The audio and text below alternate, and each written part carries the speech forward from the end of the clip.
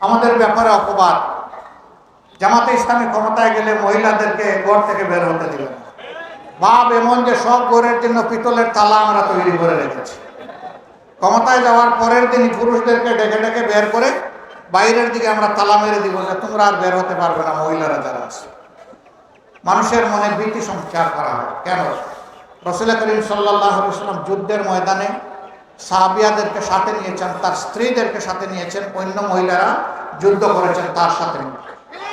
যুদ্ধ মানব জীবনের সবচেয়ে কঠিন কাজ। সেই যুদ্ধে আল্লাহ রাসূল মহিলাদেরকে শামিল করেছেন। আমরা কে তাদেরকে ঘরে তালা মেরে রাখা ভয় দেখানো হয়। এরা রাজ্য কায়েম করলে সবাইকে জোর করে কালো বুরকা পরাবে না, জোর করে কাউকে কালো বুরকা পরানো হবে না, বরঞ্চ মনের খুশিতে মর্যাদার প্রতীক হিসাবে যারা পড়তে চায় পড়বে। অন্য ধর্মের যারা আছে তাদেরকে আমরা জোর করে পর্দা কিভাবে পড়াবো? তারা তো এই ধর্মের উপর ইমানই আনে না। তো তারা যারা ইসলামের উপর ইমান আনে তাদের উপর কি ইসলামের পর্দা বাধ্যতামূলক? তাদের উপরে জোর কাটানোর অধিকার আমাদেরকে কে দিয়েছে? সুতরাং যারা মর্যাদার প্রতীক হিসাবে ইমান এবং ইসলামকে বুকে ধারণ করে বোরকা পড়তে চাইবে তাদেরকে যেমন তিরস্কার করা হবে না, ঠিক তেমনি ভাবে কেউ তার বিশেষ কারণে, ধর্মীয় কারণে সে যদি ওরকম পোশাক না পরে তাকেও তিরস্কার করা হবে। সম্মানিত ভাইরা, এই বক্তব্যই কালকে আমি সাতক্ষীরায় রেখেছিলাম। আলহামদুলিল্লাহ রাব্বিল আলামিন ওয়াসসালাতু ওয়াসসালামু আলা রাসূলিল কারীম ওয়া আলা আলিহি ওয়া সাহবিহি ওয়া আহলি বাইতি আজমাইন। বাংলাদেশ জামাতে ইসলামী ফরিদপুর জেলা শাখা কর্তৃক আয়োজিত আজকের এই বিশাল কর্মী সম্মেলনের সম্মানিত সভাপতি জেলা আমির জনাব মাস্টার বদরউদ্দিন, কেন্দ্রীয় নির্বাহী পরিষদের সম্মানিত সদস্যদ্বয় জনাব হামিদুর রহমান আজাদ, সাবেক এমপি, জনাব মোবারক হোসাইন, কেন্দ্রীয় এবং আঞ্চলিক স্থানীয় নেতৃবৃন্দ, সহকর্মী ভাইয়েরা, সাংবাদিক বন্ধুগণ, সুধী মণ্ডলী, আল্লাহ তাআলার শুকরিয়া আদায় করছি যে আল্লাহ আমাদেরকে আজকে মুক্ত বাতাসে আপনাদের সামনে হাজির হওয়ার তৌফিক দিয়েছেন। আলহামদুলিল্লাহ রাব্বিল আলামিন। আজ থেকে 1 বছর 6 মাস আগে আমরা কল্পনাও করতে পারিনি এমন একটি দিন এই জাতির ভাগ্যে আসবে। আমরা এসে এই রাজেন্দ্র কলেজ মাঠে এখানে দাঁড়িয়ে আপনাদেরকে দুটি কথা বলতে পারবো, আপনাদের চেহারাগুলো মন ভরে দেখার সুযোগ পাবো এবং জাতির জন্য আপনাদের কাছে কিছু আমানত রেখে দেওয়ার সুযোগ পাবো, এটা আমরা কল্পনাও করতে পারিনি। আমাদের মাবুদের একান্ত মেহেরবানি। এদেশের মানুষকে 15.5 বছরের জগদ্দল পাথরের নিচে চাপা পড়াই মানবতাকে আল্লাহ তাআলা উদ্ধার করেছেন। বলতে গেলে 2006 সালের 28 অক্টোবর লগি বইটার হিংস্র তাণ্ডবের কাছে বাংলাদেশ সেদিন পথ হারিয়েছিল। ঢাকা সহ বাংলাদেশের বিভিন্ন জায়গায় 39 জন বনি আদমকে নিষ্ঠুরভাবে সেদিন লগি বইটা দিয়ে হত্যা করা হয়েছিল। লাশের উপর সেদিন বিকৃত নৃত্য করা হয়েছিল। মানুষের বুকের পাঁজর ভেঙে দেওয়ার সাথে সাথে মানবতার বুক ভেঙে দেওয়া হয়েছে। সেই দিন বাংলাদেশ পথ হারিয়েছিল। অনেক লড়াই সংগ্রামের পর 2024 সালে 5ই আগস্ট আল্লাহ তাআলা আমাদের কলিজার টুকরা সন্তানদের নেতৃত্বে, বৈষম্য বিরোধী ছাত্র আন্দোলনের নেতৃবৃন্দের নেতৃত্বে এদেশের মানুষের হাতে আবার হারানো পথ তুলে দিয়েছেন। আলহামদুলিল্লাহ। আমাদের এই সন্তানদের জন্য আমরা গর্বিত। আমাদের সকল ভালোবাসা তাদের জন্য, আমাদের শ্রদ্ধা তাদের জন্য, আমাদের কৃতজ্ঞতা তাদের জন্য। আমরা তাদেরকে স্যালিউট জানাই। 15.5 বছর দফায় দফায় আমরা বিরোধী দল আন্দোলন করেছি, কখনো সম্মিলিতভাবে, কখনো যুগপৎ, কিন্তু আমরা আন্দোলনের পরিসমাপ্তি টানতে পারি না। পরিসমাপ্তি টেনেছে আমাদের সন্তানেরা। আল্লাহ এরকম সন্তান আমাদের জাতিকে উপহার দিয়েছে। মাবুদের দরবারে শুকরিয়া আদায় করি। আলহামদুলিল্লাহ। আল্লাহ তাআলার দরবারে দোয়া করি, তারা যে বৈষম্যহীন মানবিক সমাজ কায়েমের জন্য লড়াই করে এই জাতিকে মুক্তির পথ দেখালো, আল্লাহ যেন এই লড়াইয়ে ময়দানে যারা নিহত হয়ে দুনিয়া থেকে বিদায় নিয়েছেন তাদের রক্তের ঋণ আল্লাহ যেন এই জাতিকে পরিশোধ করার তৌফিক দান করেন। যারা আহত হয়েছেন, পঙ্গু হয়েছেন, তাদেরও রক্তের ঋণ যেন এই জাতি স্মরণ রেখে তাদের প্রতি শ্রদ্ধা জ্ঞাপন করে। নিহত বান্দাদেরকে আল্লাহ যেন শহীদ হিসাবে কবুল করে, তাদের পরিবারবর্গকে আল্লাহ যেন সবরে জামিল দান করে। এই জেলা আমাদের বিশাল আবেগের জেলা। এই জেলায় বাংলাদেশ জামাত ইসলামের শীর্ষস্থানীয় আমাদের মাতার তাজ দুইজন নেতা ছিলেন, তৎকালীন সেক্রেটারি জেনারেল শহীদ আলী আহসান মোহাম্মদ মুজাহিদ এবং সহকারী সেক্রেটারি জেনারেল জনাব শহীদ আব্দুল কাদের মোল্লা। তাদেরকে অত্যন্ত নিষ্ঠুরভাবে বিচারিক আদালতে খুন করা হয়েছে। আমরা এই খুনের বিচার চাই, আল্লাহ তাআলার কাছে চাই, দুনিয়ার আদালতেও চাই। আমরা দেখতে চাই তাদের উপর যে জুলুম করা হয়েছিল, আজ বাংলাদেশের মানুষ যেন চিৎকার দিয়ে বলে যে তাদেরকে হত্যা করা হয় নাই, মানবতাকে হত্যা করা হয়েছে। সংগ্রামী ফরিদপুরবাসী, 28 সালের জঙ্গিবাদ তাণ্ডবের মাধ্যমে যে খুনের রাজনীতি শুরু হয়েছিল, 9 সালে বোঝাপড়ার রাজনীতির মধ্য দিয়ে ক্ষমতায় এসে 9 সালের 10ই জানুয়ারি ক্ষমতার বাগডোর তারা হাতে তুলে নিয়েছিলেন। তারপরের মাসে 25 এবং 26শে ফেব্রুয়ারি ঢাকার পিলখানায় বিডিআর সদর দপ্তরে 57 জন কমিটেড চৌকস দেশপ্রেমিক সেনা অফিসারকে নিষ্ঠুরভাবে হত্যা করা হয়েছিল। তাদের পরিবারের পুরুষ এবং মহিলা সদস্যদেরকে হত্যা করা হয়েছিল। এই গর্বিত সন্তানদের লাশ হত্যার পরে ড্রেইনে ভাসিয়ে দেওয়া হয়েছে। বাতি নিবিয়া খুনিদেরকে নিরাপদ প্রস্থানের ব্যবস্থা করে দেওয়া হয়েছে। কারা করবে? বাতির সুইচ কার হাতে ছিল? এত নিরাপত্তে 2টা দিন ধরে তারা হত্যাযজ্ঞ চালালো, কেন কোনো ব্যবস্থা নেওয়া হয়নি? ক্ষমতার সিঁড়িতে আরোহণ করার জন্য, মসনদে আরোহণ করার জন্য কার্যত সেনাবাহিনী এবং বিডিআর 2টা বাহিনীকেই ধ্বংস করে দেওয়া হবে। জাতি তার বিচার চায়। আমরা হত্যাকারী এবং হত্যার পরিকল্পনাকারীদের নাম জানতে চাই, ওদের মুখ দেখতে চাই, ওদের আমরা ফাঁসি চাই। প্রিয় দেশবাসী, এই যে হত্যার রাজনীতি চলতেই থাকলো, আল্লামা দেলাওয়ার হোসেন সাঈদী তিনি শুধু বাংলাদেশের জনগণের নয়, বাংলাদেশের বাউন্ডারি অতিক্রম করে তার একটা ভালোবাসার রাজত্ব ছিল। সেই মানুষটাকে তিলে তিলে মৃত্যুর দিকে ঠেলে দেওয়া হয়েছে। এইভাবে এক এক করে আমাদের 11 জন নেতাকে খুন করা হয়েছে। আমাদের প্রাণপ্রিয় 2 জন আমির, অধ্যাপক গোলাম আজম রাহিমাহুল্লাহ, শহীদ মৌলানা মতিউর রহমান নিজামী রাহিমাহুল্লাহ, তারা এবং তাদের সাথীদের 11 জন এইভাবে মৃত্যুর দিকে ঠেলে দেওয়া হয়েছে।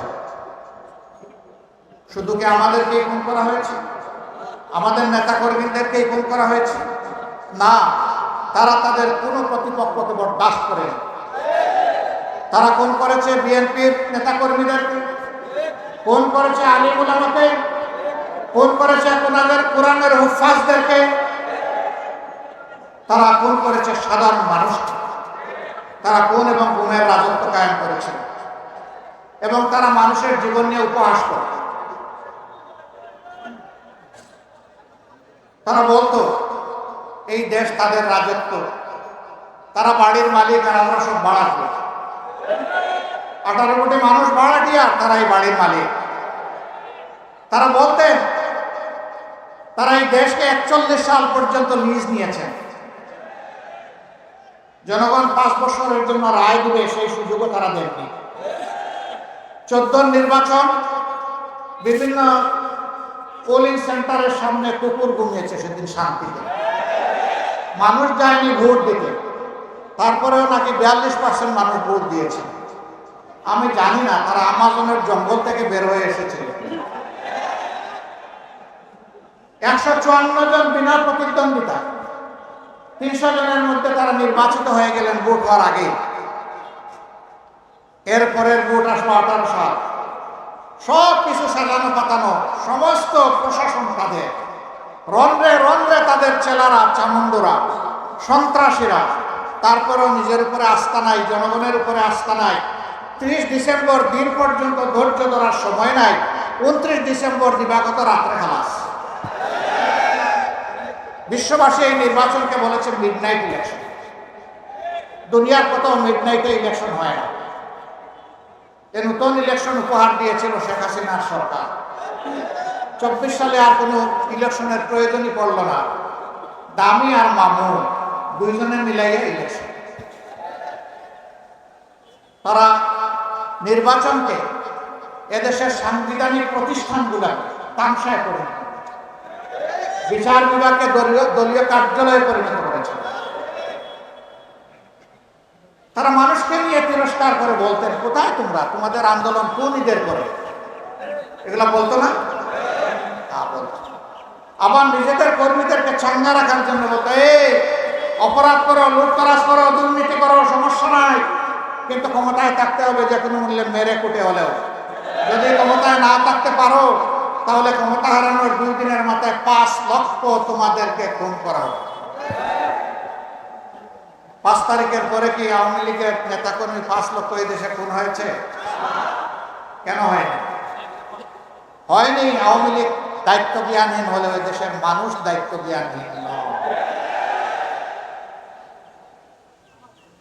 আওয়ামী লীগ যদি দেশকে ভালোবাসতো তাইলে তারা পালিয়ে যেত না। যারা দেশকে ভালোবাসে তারা সুদিনে দুর্দিনে ঝুঁকি নিয়ে তার প্রিয় দেশে, আমাদের নেতৃবৃন্দ দেশকে ভালোবেসেছেন বলেই তাদের কেউ পালিয়ে যাওয়ার চেষ্টা করে,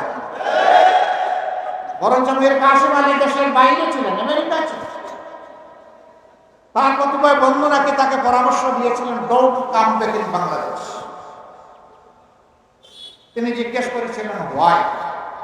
তারা বলেছিল, আপনার শীর্ষ নেতৃবৃন্দের সাথে যে নিষ্ঠুর আচরণ করা হচ্ছে, আপনি আসলে আপনার সাথে করা হবে।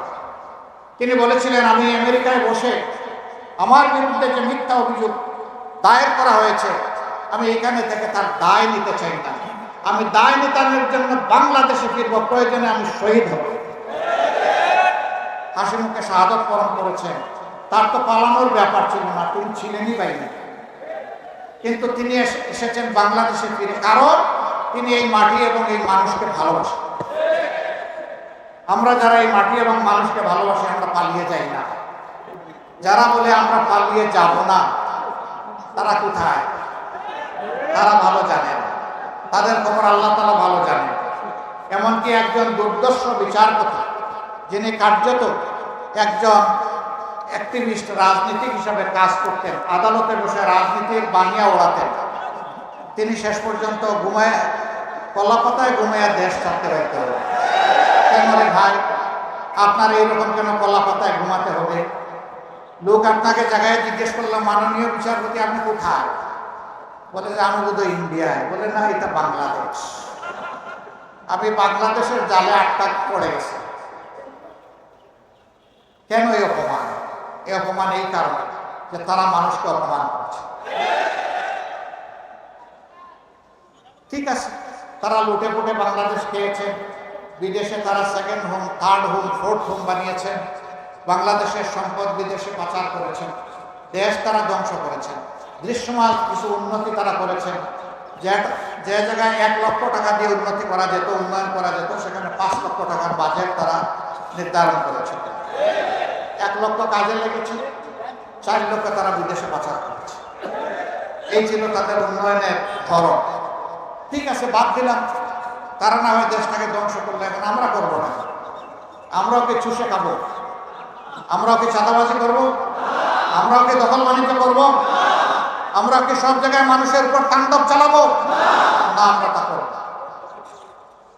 আমরা 5 আগস্ট আমাদের সহকর্মীদেরকে আহ্বান জানিয়েছিলাম, ধৈর্য ধরুন, শান্ত থাকুন এবং দেশকে ভালোবাসুন, মানুষকে ভালোবাসুন।